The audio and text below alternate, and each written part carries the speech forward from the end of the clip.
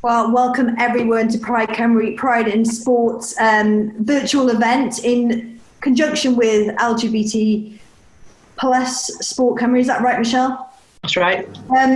Thank you all for joining us. Obviously, we wish this was an actual event. I don't know about anyone else, but last year I did the full days, and I think I'm still recovering. So perhaps that is good that this year's event is online. But we've got a host of amazing people with us today, and they represent for me all parts of the sporting community, right from the beginning, right through to the middle, right through to Paralympics and everything in between. So I'm not going to do them any disjustice with trying to explain their achievements. I'm going to start with asking them to introduce themselves. And don't be shy, everyone. I want to hear your full catalogue of sporting achievements.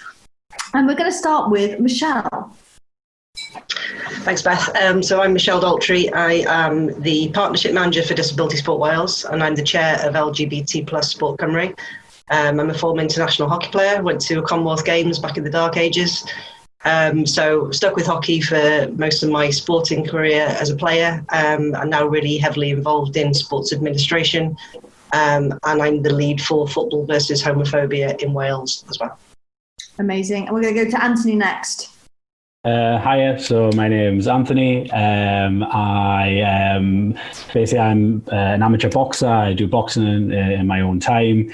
I've been doing it for a couple of years. I don't have like any belts to my name or anything, but I fight regularly. Amazing. And all the way in Turkey? No, Greece. Where are you, Ryan? I'm in Turkey. Turkey. Ryan, you next. Okay, so I'm Ryan Atkin. I'm a professional football referee. I referee in the English Football League and in the National League, and I came out in 2017 as a man in professional football. I think we're going to repeat that just a little bit because it's such an amazing kind of achievement about you becoming the first openly professional gay referee in England, yeah? Yeah. In 2017, I came out as an openly gay man in professional football. So, yeah.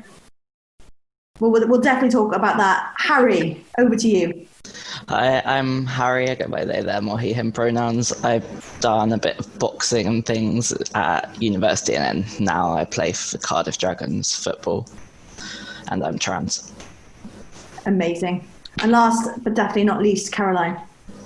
I'm Caroline Matthews. I played wheelchair basketball for Great Britain for 10 years, going to 2 Paralympic Games and gaining over 125 international caps. And the year before last, I was awarded an MBE for services to wheelchair basketball, which was incredible. I've now retired from playing wheelchair basketball, and I'm concentrating on coaching, and I'm the head coach for the Welsh men's 3-on-3, heading for the Commonwealth Games in 2022 with everything crossed. Amazing. Well, thank you all for joining us. I know I do a lot of these panels. I don't think we've had such a breadth of people and experiences, so I'm really looking forward to this. I should introduce myself. I'm Beth Fisher. I'm ITV Wales' sports reporter. Did play hockey, but now try and report on all things sport everywhere. And like I say, I'm a LGBT Sport Cymru ambassador in Stonewall. So it's a real honour to be part of this event and host these amazing people. So let's get on with it. The theme for today is inclusion for LGBT plus people within sport isn't discussed much outside the sporting world. So we want to use this platform to start a conversation on this and encourage the community to feel more confident and more able to get active. So with that in mind, I'm going to start in the community. And I'm going to start with Anthony about your experiences of being a gay man in boxing. Okay. Where would you like to begin from? Well, I read that you started kind of the martial arts boxing element as a protection for yourself, just because of homophobic abuse that you were maybe receiving, which I thought was actually made me feel quite sad. But equally, you found a family within the sport. Yeah, it didn't quite start like that. So the homophobia side of it is I'd already learned to box. And I was on holiday, and someone, well, actually 3 guys came across me, my boyfriend, and they thought we'd be an easy target, and like they made a massive mistake. And after that, I realized that, boxing like took me quite far on that, but like boxing as a sport and like fighting on the street is like a little different. So I started to do a little bit of Krav Maga as like kind of like for self-protection. And I've been doing that since, and that's quite cool. But that's just something I kind of do on the side. With the boxing, I held myself back from doing boxing for many, many years. Basically, like when I was at school, I did rugby. And as I sort of like turned 18, 19, went to university, I liked the idea of taking up boxing, but I came out of the closet at the same time. And I just sort of got in my head was like, but a gay man doesn't do something like that, so I need to leave behind both my days of rugby and never ever consider doing something like boxing, And it wasn't until like many years later, I kind of came to my senses, and I was like, well, I should just really do boxing if I want to, Yeah, and I think, Ryan, we talk about stereotyping in male sport, and I think, you've spoken quite a lot about this, but Anthony's point about, not feeling like he could play rugby, that's something which is quite often heard in football, isn't it, about stereotypical views within men's sport?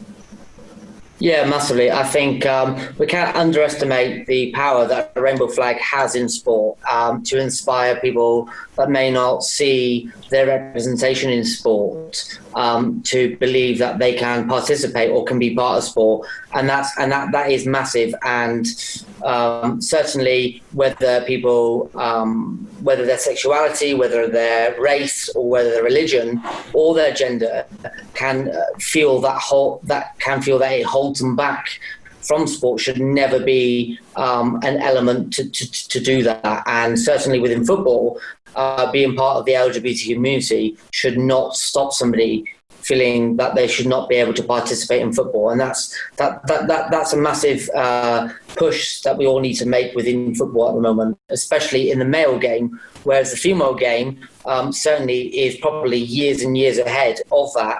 And we look at the Women's Super League, which is, it is growing legs. And in the last couple of years, it's seen massive sponsorship from Barclays and other major competitive brands to promote the sport, who has openly LGBT players, match officials who play not only in the United Kingdom, but play in World Cups. And that is huge. So the male game certainly needs to evolve. It needs to grow to see the same within the sport.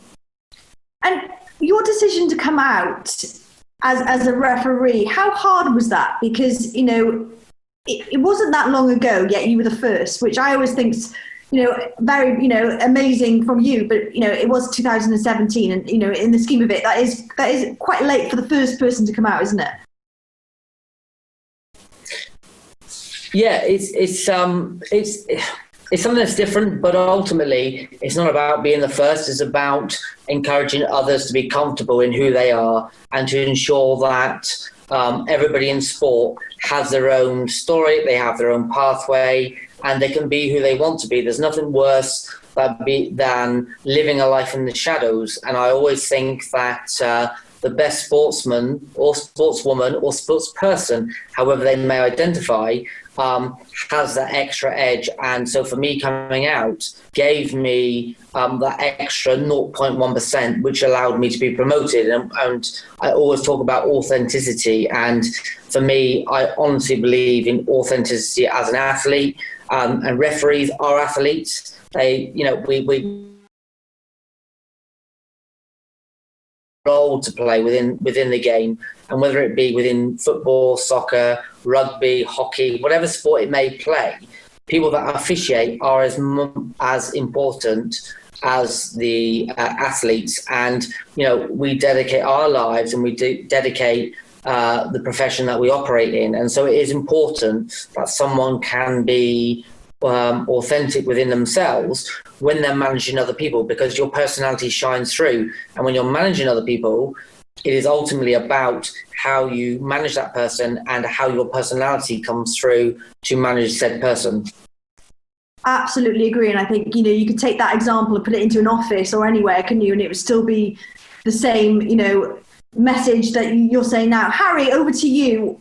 Talk to me about how you feel playing within a community sport and the safeness that you feel within the team you play. So Cardiff Dragons is an LGBT plus team in Cardiff, and we're quite inclusive in terms of we've got people from different sexualities and genders, and also have a lot of people from across the globe kind of thing. So it's quite a very international based team, and we're all just, there's also a lot of straight people and cis people, which sort of helps amplify sort of our voices and allow us to sort of prove that we can all play and work together kind of thing as a team, even at like the grassroots level. And there's a lot of discussion around whether LGBT plus clubs should exist, because people said, you know, in certain sports it's friendly and it's inclusive. But you feel surely there is, for your experience, a reason why there should be clubs like the Cardiff Dragons. Yeah, I feel like, well, at least this point in time, whilst sort of mainly men's football catches up, there needs to be that still level of safe space for LGBT people to participate in sport in a safer environment where they're not going to go on the pitch and experience abuse kind of thing. Because there's people in our team who sort of experience that in like football that's not within like a LGBT league, and then that sort of hindered them from playing for a while, but then they found our team and felt safer as well. So yeah, that's amazing. And absolutely the reason why those safe places should exist. Now we're going to go over to Michelle. Now there's definitely a stereotype within women's sports that we're all lesbians and we all, but that's not necessarily true. And those stereotypes can damage those people who are maybe coming out within that sport as well, can't they? Yeah, I mean, massively. I mean, you've talked about it, Beth, in some of the articles that you've done, that, if you play certain sports and you're female, you must be a lesbian, right? Those are the rules.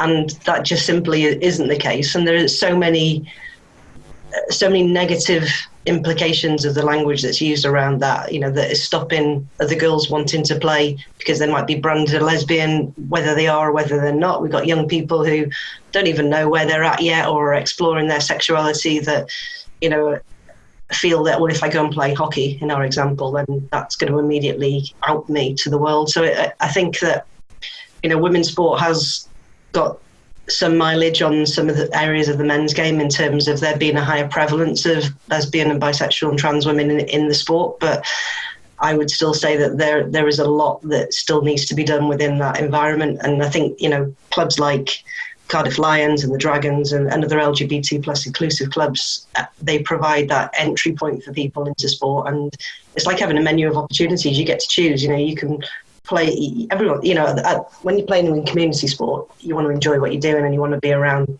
your friends, and you need to be able to be authentic, those words that Ryan used. So enabling spaces where people can just go and slot in and be whoever they want to be at that moment in time, I think is so important for sport as a whole. Yeah, and I think we all there's parts where I know I'm a Welsh woman and I'm gay, and there's those parts of me are kind of separate, but sometimes they come together, sometimes more be exaggerated. Oh, to you, Caroline, being a para-athlete as well, how important was it for you to be able to be your authentic self within your sport? It certainly changed how much I enjoyed the sport when I came out. I think a lot of people at elite level forget that most people get into sport for fun. It's supposed to be fun. And in order to have fun, it needs to be a safe environment where you can be authentic. I totally agree with Michelle and Ryan. It's so important to be able to be yourself, and having role models that are proud to stand up and say, yeah, I'm gay, make that easier. But it's also about the coaches and the volunteers within the clubs stamping out on unacceptable behaviour so that people know what is acceptable and what isn't acceptable. And then anybody within that club who is deciding on their sexuality or considering the options will know it's a safe space to be who they are. And that's the most important thing. Caroline, did you come out during your playing days? Yes, when I started playing for Great Britain, I wasn't out. I'm a lawyer, and I was working professionally as a lawyer all the way through playing wheelchair basketball for Great Britain. And when I started to play for Great Britain, I was in a private practice firm, and that didn't feel like a safe space for me to be out. So roughly halfway through my career, I moved to the civil service, and immediately the environment felt more safe. I was more able to be authentic about who I was, and the confidence that gave me was incredible. And I was able to, then I came out in the office to my colleagues, and then I came out to my colleagues on the Great Britain team. And what was their reaction? It was entirely positive. I think most people knew or had suspicions. And I mean, when you go to these training camps at an international level, you tend to share with the same people. So the woman that I was sharing a room with at these training camps turned around to me and said, "So why don't you fancy me then?" It was funny. I've been lucky, and I haven't experienced a negative reaction to it.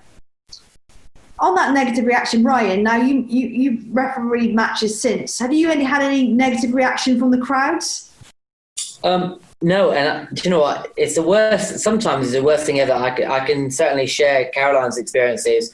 Sometimes when you do interviews, and especially with the media, they really want that negativity to generate a story. And all I can say is, hats off to people within the profession, especially within football. I have not had any homophobia directed towards me. Neither have I had any positive discrimination because the fact that I'm LGBT. I am judged, I am assessed or observed based on my ability to referee a football game, not to the fact that I am part of the LGBT community, or as I see myself as a gay man. And I think that is to the credit of the profession that I operate within, from the level that I am in. And I am not saying that there are elements of the sport which are not broken and that are not LGBT friendly, but certainly at the level that I operate and the people that I work with are very much LGBT friendly and do not see sexuality as a barrier. And so for me, I have only ever had positivity since coming out personally. However, social media is a different platform, but I don't see social media as the truth. I don't recognize those people. I don't see those people. I won't give them the time of day. So actually, I'm not even going to talk about those people because they don't exist. So I will leave it there. Here on the social media.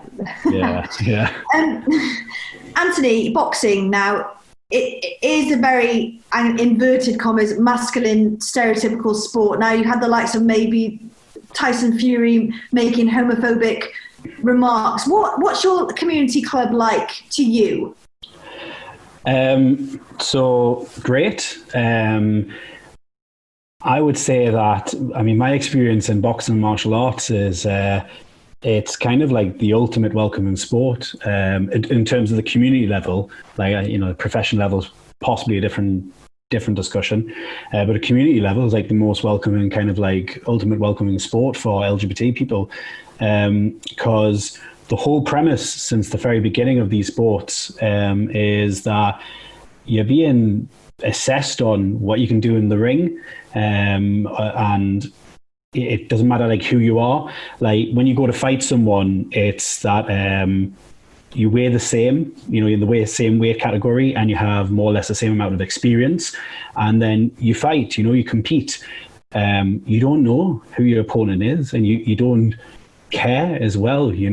Like what your opponent does in their own time, it just doesn't come into the play, whether that's like you're competing against someone who in real life is like a millionaire and has loads of money, or someone who's a straight man or a gay man or bisexual or whatever, like, or even trans. It doesn't matter, and that kind of like welcoming aspect is extended to like everyone. So I know it's like seen as a stereotypically very masculine sport, and like I guess to like a degree it is. There's a bit of that macho kind of like vibe there, but like most people who are there because they want to like become a better version of themselves, for whatever reason that might be, and that makes it kind of like open to everyone. Like your reason to be there is to not be a horrible person, but to try to be a better version of you.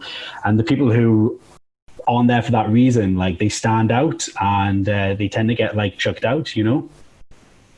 And I'm a reporter, as you can tell me I'm completely wrong, but I did some research on you. And is it true that after your first win that you proposed to your boyfriend? Yeah, that's right. Yeah. So I had, that was my third fight. I had lost the other two on points, unfortunately, and this was my third one, but I won.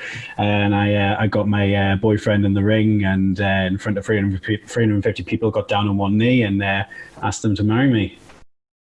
How did that go down?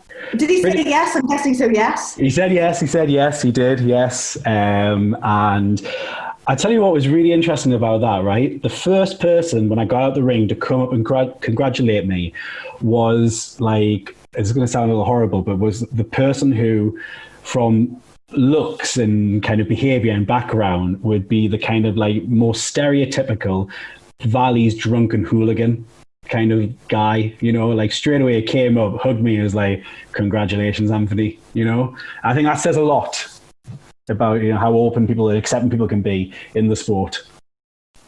For those of us growing up, you know, the 80s, 90s, when Section 28 was in place, there's part of what, this is my experience, and it'd be good to see if you know, agree or disagree, so please do, is that there's sometimes a little hesitant about being the person you are, because it's also an internal fear that you have, because for so long you maybe had to hide your sexuality. Do you feel now that we're in a place as the LGBT plus community that we should be a little bit more forthright with our kind of strength and unity within sport? Someone chip in, whoever would like to answer that. I mean, I would just say to that, the answer is yes, there should be more forthright, but the key there is for the community to be like more accepting, more forthright as well, because some of the worst rejection I've received around boxing is from other members of the LGBT community, because of the, you know, what you're referring to, that kind of like shame basically for being who you are. Like sometimes I've had reactions from people like, oh, you must have so much internalized homophobia to go off and do boxing. You must be trying to prove something. Do you think you're a straight man, kind of thing? And like, it's sad, but it comes from that like hesitation to just accept who we are, whatever aspect that may be. And so if the community is more accepting, that'd be a massive step forward in any aspect, you know? I think that's a really interesting point you've made there, because I think we're all, you know, do we look within our community enough to kind of repair the damage maybe of the years gone by? I don't know, Michelle, your thoughts on that? I remember going to a keynote speech at one point, and somebody said LGBT people are not a community, they're just part of the Welsh community. And I was, at the time, it took me a little bit of a while to process that. And actually, I don't agree. I think we are a community. I think that the strength in our stories and in our experiences helps to bring us together, but helps to inspire other people to know that sport can be and is a welcoming space. So, you know, lots of gay women find their way into sport and physical activity, and there's lots that don't. But I remember being at a Pride Cymru event a few years ago, where we did a sports zone, and we were trying to get more people to come in and try a range of different sports. And we were in the smoking zone, so it was never a good start. But some of the guys that we spoke to and said, come and join in, they were like, well, we don't do sport, we're gay. And it's like they become mutually exclusive. And I think people turn off from sport because they think, well, immediately it's not for them for whatever reason that might be. And I think hearing everybody's story today, you know, about actually the world of community sport is really, really welcoming. And there's some pretty vile people out there on social media. And Ryan, you're totally right. They're normally hidden behind an anonymous profile without their own picture on it. But they're not real life. The real life examples and the stories that you hear in here is what sport is like. And it brings so much. You know, it's given me a career. It's given me confidence. It's given me so much. It's been a real asset to my life, and I don't think I'd be the person I am if it wasn't for hockey and sports. So I think, in terms of us all standing together, I think that's important. But also, I think it's also really important for the people that don't want to be out and just want to crack on and play sport, that our role is to ensure that sport is as inclusive as possible. Everybody's rattling on about who's the first Premier League footballer going to be who comes out. It doesn't matter, because that Premier League footballer is there, has been there. They exist. The fact that they've not come out says a lot about how they feel about the culture of sport. And, it's their lived experience that's important. So I think, the key thing is to make sport as welcoming as possible, and people could just get in and just play. And then one day we won't have a job because we won't be needed. And Ryan, you must be a rich man, because you've probably been asked that question, a million times about, why isn't there a gay professional footballer, et cetera, et cetera. It'd be interesting to know your views on that.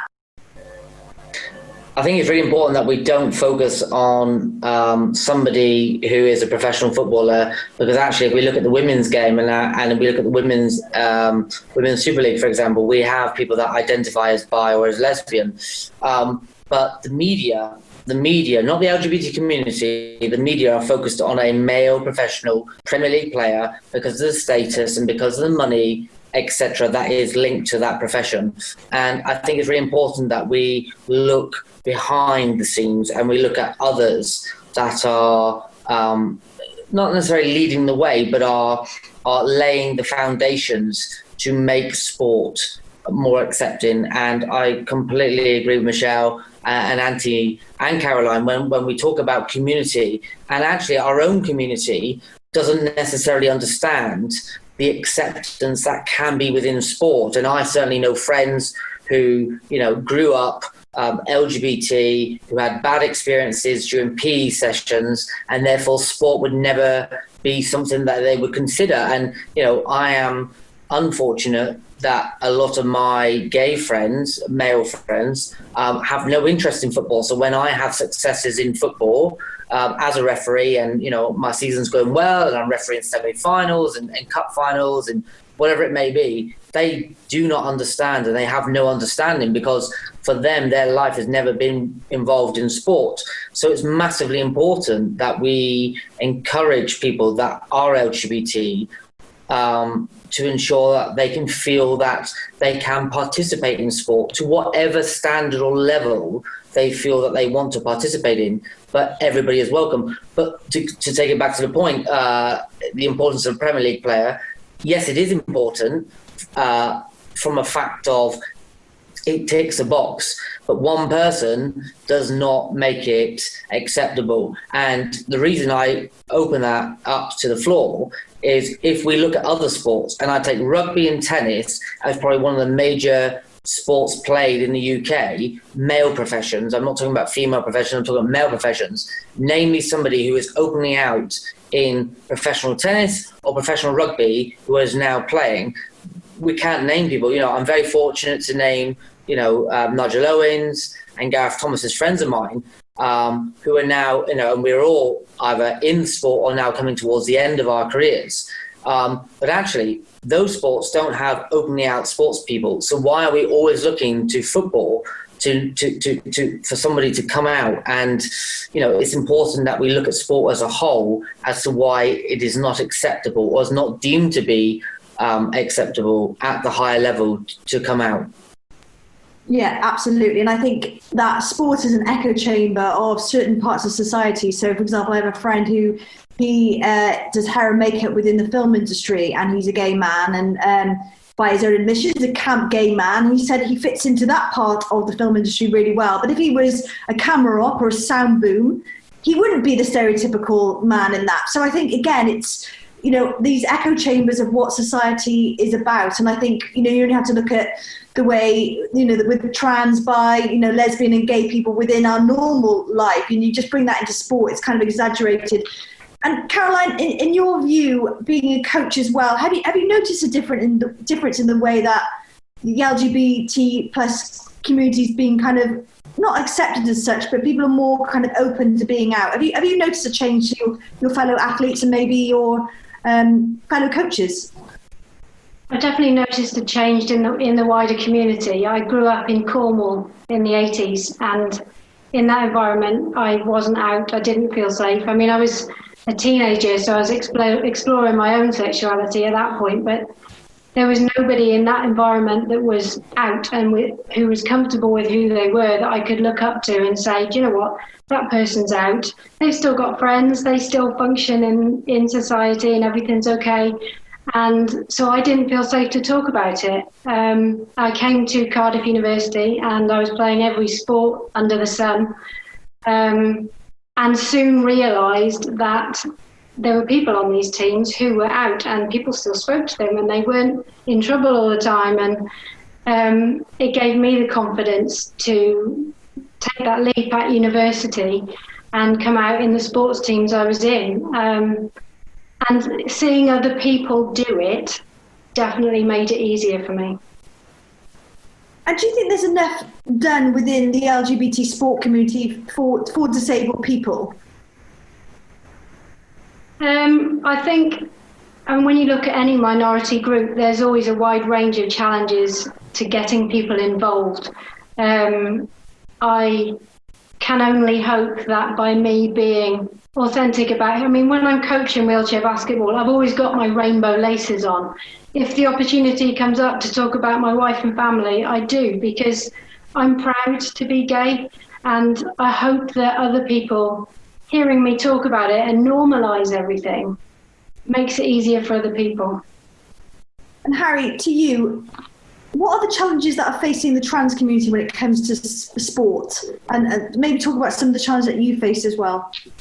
So I think some of it is sort of legislation in like the higher levels of the games of like different sports and things, but I think also sort of sometimes changing rooms can cause issues for some people.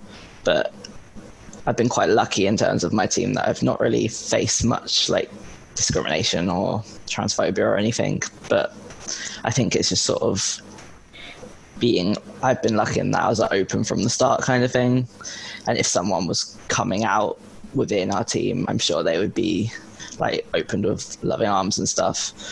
But I think there's just sort of different sports have their own like different challenges, I guess. Yeah. And in terms of your experience, was sport something that you always played, and was it something that you felt that once you transitioned that it was maybe not available for you? Yeah, so I sort of found Cardiff Dragons through a trans group in a set that I was a part of, so that sort of opened up the doors again for me, but I didn't realise things like that existed until like other people sort of highlighted them to me kind of thing. And sometimes I think other people don't realise that sports do exist. Like I know we do quite a bit of advertising on like Grindr and places like that, because we sort of, and then some people don't realise that there is football teams or rugby teams, for example, that are LGBT friendly and things. But, yeah. And I think I mean, there's no secret that the benefits that sport gives, you know, at the very basic level, even if you just go out for a run after a bad day at work, it helps with mental health, it helps with physical health. You know, it would be nice to know from each of you, starting with Harry, because we've just finished with you, what sport does for you in a positive way, because I think maybe we all take for granted the access, and there's a lot of people out there who may not have that access. So, and it'd be good to know how they can also get involved with what you're doing as well. Yeah, so I think being part of a football team sort of gives me that sort of group of friends kind of thing, and then also the fitness side of things that I probably wouldn't get otherwise, and that sort of feeds into my mental health and things. And every time I've had a training session, I've never had a bad training session, come out of it feeling a lot better and a lot more like positive about like the week ahead kind of thing. And just being part of the LGBT plus community, obviously there's a lot around at the moment about trans inclusion in sport. But what can we do as your family and your community to make sure that it is inclusive for everyone? Because there is a lot of rubbish on social media websites, whether we like it or not, it's out there and it's about an education. But Harry, talk to us about how we can individually do little things maybe just to make sure that that's a safe place for you. I think sort of ask people what they want. So every trans person is different. They all have their own like needs and wants kind of thing. And we've sort of started with our team going around and doing name and pronouns when we've got new people joining our team. So that sort of normalizes that kind of use of they them pronouns, for example, or if someone wants to try out new pronouns, that option is there for them. And sort of, most of it sort of comes down to speaking with other trans people, seeing what they want in the sports that they're participating in to make them feel safer, because they know who they are and what they want most to make them feel happy. That's amazing. And Ryan, a lot of men who come out within sports, Gareth Thomas, for example, has said that, he wasn't depressed because he was gay, he was depressed because all the lying he did. To be able to be yourself in the sport that you love, what does that do for your mental health? Oh, it massively it improves your performance. It improves who you are as a person. And I hear Harry, and I just think it's so sad. We have fought for so many years as LGBT people, persons, however you identify. And do you know what? If you identify as trans or however you identify, and that includes race or religion, it should not matter who or what you are, because you should be able to participate in sport. And I know from my own performance as a referee that when I give my whole self to a game and I'm able to manage people, given my personality and my humour, that actually I referee so much better. And that's proven, and the statistics to show from my own experiences how that extra 1% can make a massive difference. And people that play sport or are involved in sport know that when they're coached and they're pushed, that extra percentage gets you over the finish line. It makes you better than somebody else. And so anybody across the spectrum, whether you're white, black, Asian, bisexual, trans, should feel that actually sport is acceptance of them. And certainly from all the experiences I've had, unfortunately, as a white privileged man, because I am white and therefore that comes with privilege. But ultimately, knowing people that are from different backgrounds have had so many positive experiences in sport. And so we should be encouraging the community and our community to get more involved in sport. And, ultimately, I can only say how much positivity I've had, especially as a football referee, where we're not the most loved people as any referee, whether it be boxing, hockey, rugby, whatever it may be. People that officiate are never the most loved. We're not the celebrities. We sit in the background. Sometimes we come to the forefront when we make bad decisions, etc. If I look at I think it was the Champions League or the Euros, and referee was seen kissing his medal, and people were slating him on social media. But that person has worked his whole career to referee in the Champions League final. As much as the players have played to get to that point. And so for him kissing that, the medal is as important to him as having played in it. And it was interesting to see media. So I think it's important that we recognise that whatever element you play in sport, whether you participate, whether you're a volunteer, whether you officiate, whatever it may be, coach, manage, support, whatever function you play, it is so important to be who you are, because you are guiding, you are mentoring the next generation within our sport, and that's so important. Well said. Michelle, I got a question. Ooh, I muted myself. You thought I'd learned how to do this after 6 months of using it. Ryan mentioned it there about, it'd be remiss of me not to say that we are an all-white panel. In terms of the BAME community, what can we do to make sure they're included within the LGBT sport community? Because we know that the positive reaction that role models have. So how can we ensure that everyone is represented? I think it kind of goes a little bit back to the question that you asked Kaz earlier on, that, all of us are very, very different. All of our experiences are very different.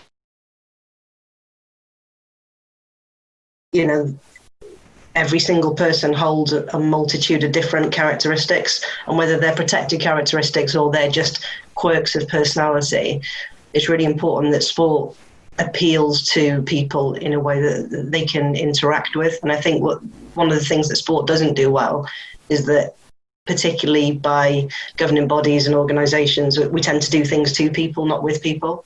And it's really important that people's voices are heard, but that they're engaged with. Harry nailed it earlier on, ask trans people, have trans people within your organisation. So within LGBT Sport Cymru and Pride Sports and Football versus Homophobia and Transphobia, there are trans representatives within that.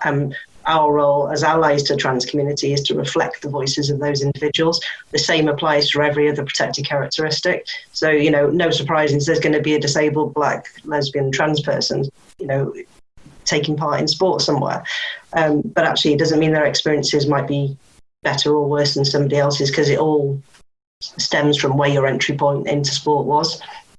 I think it's really important that our media representation, pressure back onto you, Beth, is strong, and that we hear the voices of different people from within our communities, and that those voices are not our bless, look at this little disabled person having a go at doing some sport, but it's a really powerful, empowering MBE sitting in your room doing a debate and talking about their experiences and showing the journey and what you can be within sport.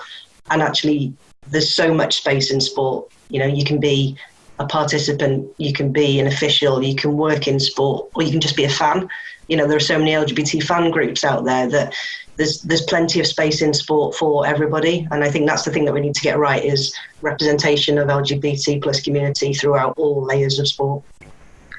Yeah, and we've talked about the physical and mental well-being of participating in sport, but the LGBT plus community have participated less over the last few years. Michelle, you've been the chair of, I'm going to get all mixed up now, with LGBT plus Sport Cymru.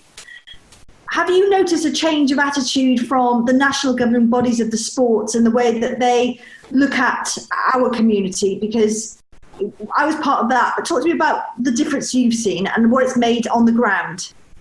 So when LGBT Sport Cymru, as was, plus Sport Cymru was first set up, it was set up by a CEO of Sport Wales, who had the foresight to insist that every NGB CEO turned up at that meeting, whether they liked it or not. And he was adamant that there was going to be an open and frank discussion about LGBT equality within sport. And people were forced to the table. What's evolved now, I think, is that people want to be at the table. So the vast majority of NGBs in Wales have been on LGBT awareness training. They're beginning to understand more. It's not perfect. I'm not going to pretend that it's perfect, but they're beginning to understand more the difference of athletes and staff members within their organisations. But what needs to go alongside that is that our community also needs to be educated to understand that sport can be a safe space, and people shouldn't be sitting thinking, I don't know if I'll be welcome within this sport. So, on the LGBT plus Sport Cymru website, there's a map where you can find clubs that you can go to that we know are inclusive, open clubs. They're not the only clubs. There are plenty out there that are inclusive, but that allows you to find the space where you can get into sport and experience all those really good things that come out. I know I'm a much better person when I've been active. I'm a bit of a grump whenever I'm injured or I can't train or whatever. I'm not as nice a person as I am when I'm active and out doing stuff. And I know that, and I see it in myself. And I'm pretty sure that applies to most people.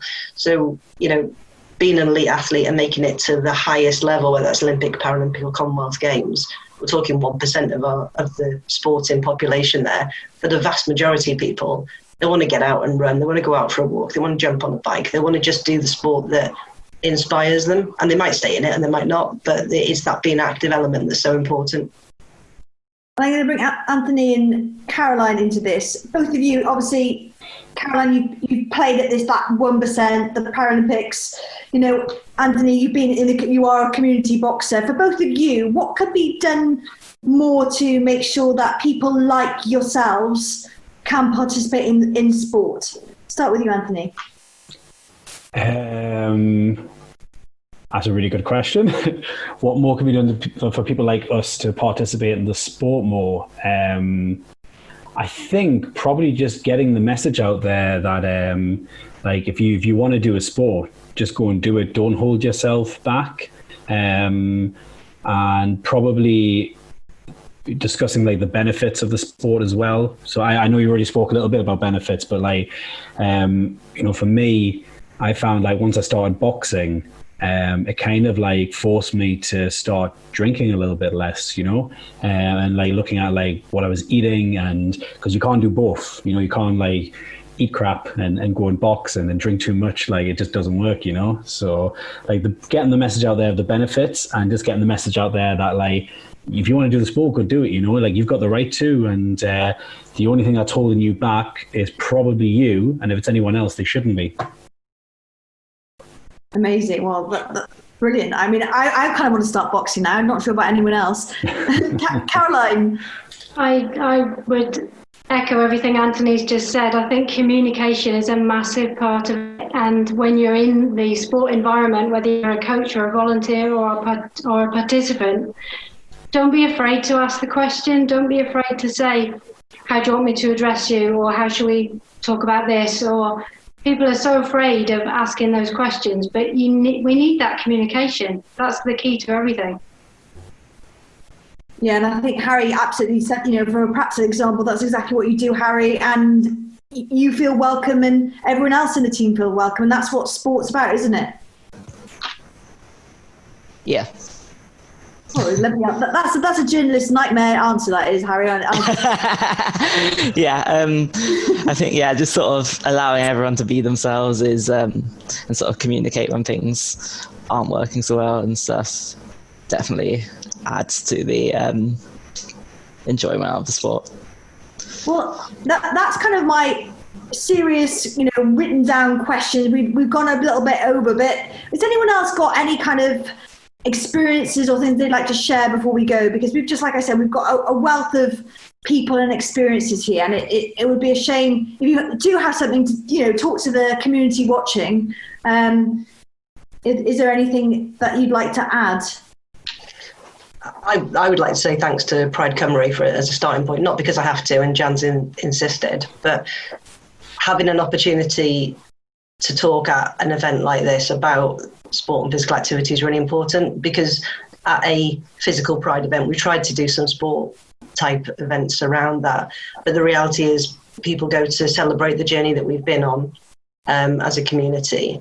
They go to party, and they also go to lobby for change and the things that need to be done. And some of that includes a bit of fun time if you're still recovering, Beth. And so actually getting sweaty and doing a bit of sport isn't necessarily a really good combo with a Pride event. So being able to do it like this and having the opportunity to reach out to more people is so important, because all the governing bodies are coming on the journey and they're doing their bit and they think their doors are open. But until our community come through the doors and start taking part in those sports, then we're not going to see that real change. And it could be that the offer that exists at the moment just isn't right for every LGBT person. But we need to be the people that tell them that it's not right. We need to be the people to say, this is the change that we need to ensure that I can play in sport, that Kaz's kids can play in sport, that, our family members can all go in and talk about us or their partners or whoever it might be without fearing the repercussions of that. I think there is still a little element of that. So I think there's a lot of work still to be done, that having an event like this makes such a difference, because it allows us a platform to tell people, who would have thought that we could pop along to the same boxing club that Anthony goes to and we're all going to be really welcome. We better add me, Anthony, because you've set the bar now. But, would we have known that? Probably not. So these kind of experiences and opportunities just to share are really important. Yeah, and I think for me, speaking to everyone here, it just shows, doesn't matter what level of sport or physical activity you do, that it's, of course, about physical and mental well-being, but at the end of the day, it is about being with your friends and having a laugh, because I don't know about anyone else, but that's the reason why I love sport. And even looking back over my hockey career, it's not the medals, not that we won many with Wales, I will say that, but it's actually, the stupid things that we did on and off the pitch that I remember most. So before we finish, would anyone like to add anything? I'll go.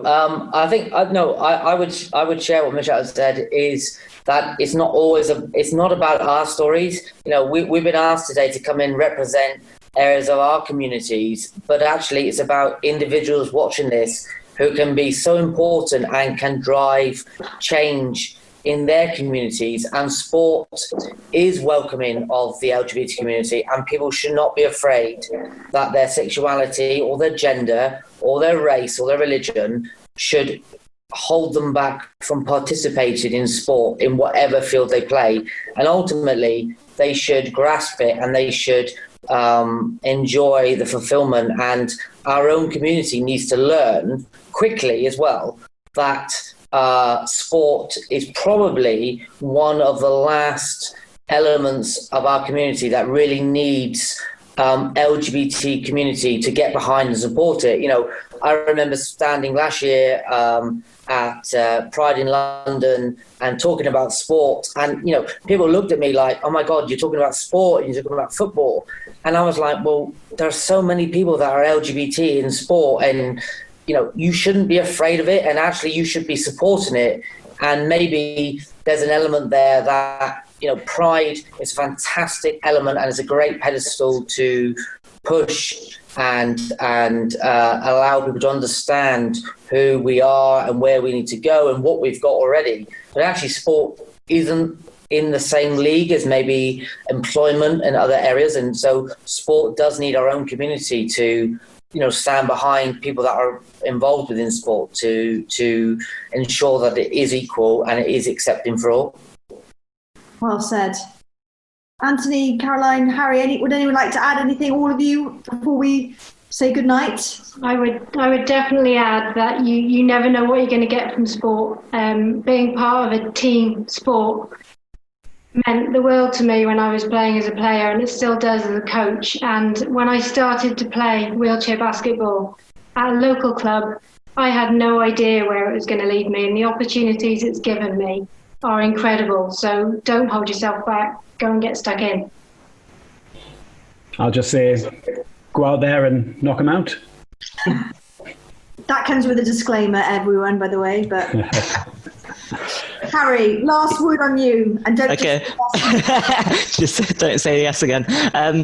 Yeah, I think I just sort of reiterate what everyone else says, that we are only sort of talking about some of the sports that are out there today, but there are other sports as well, and there are welcoming, friendly environments for LGBTQ plus people to participate in sport, and yeah, just sort of have fun if you play sport. That's the main thing I do it for. Can I just say as well, Beth, sorry, I know that it was supposed to end on Harry, we can go back to him in a minute. I think there's a perception that the LGBT community are this woke bunch. I don't even think I know what woke means, but you know, we're offended by everything and it's all political correct nonsense. The stuff that's come out when I've been playing in a number of sports is ridiculous. You know, the fun that you can have within it. We want that as well. We don't want to take that bit away from sport. That's what makes sport. We just don't want it to be offensive, and we want it to be welcoming and safe. And that's not a big ask. And I think that, you know, when people stop seeing, when straight clubs, whatever they are, stop seeing us as kind of the political correct bunch coming over the hill to ruin their clubs, then I think we can go on that journey together. Though I think we have to meet somewhere in the middle first to kind of explore some of those themes and to be prepared to have a conversation, just to enable sport to open up a little bit more. Absolutely. And Michelle, do you want to just, if people are watching this and you would like to try a sport or take the sport you may have done years ago, Michelle, where can they find that? Because it's a really good tool. Yeah, so if you go onto the LGBT Sport Cymru website, which is www.lgbtsport.cymru, there's lots of resources on there for coaches and volunteers and blogs and news articles and some nonsense that Beth wrote once. But there's also a map on there. And on that map, you can find a whole range of inclusive clubs.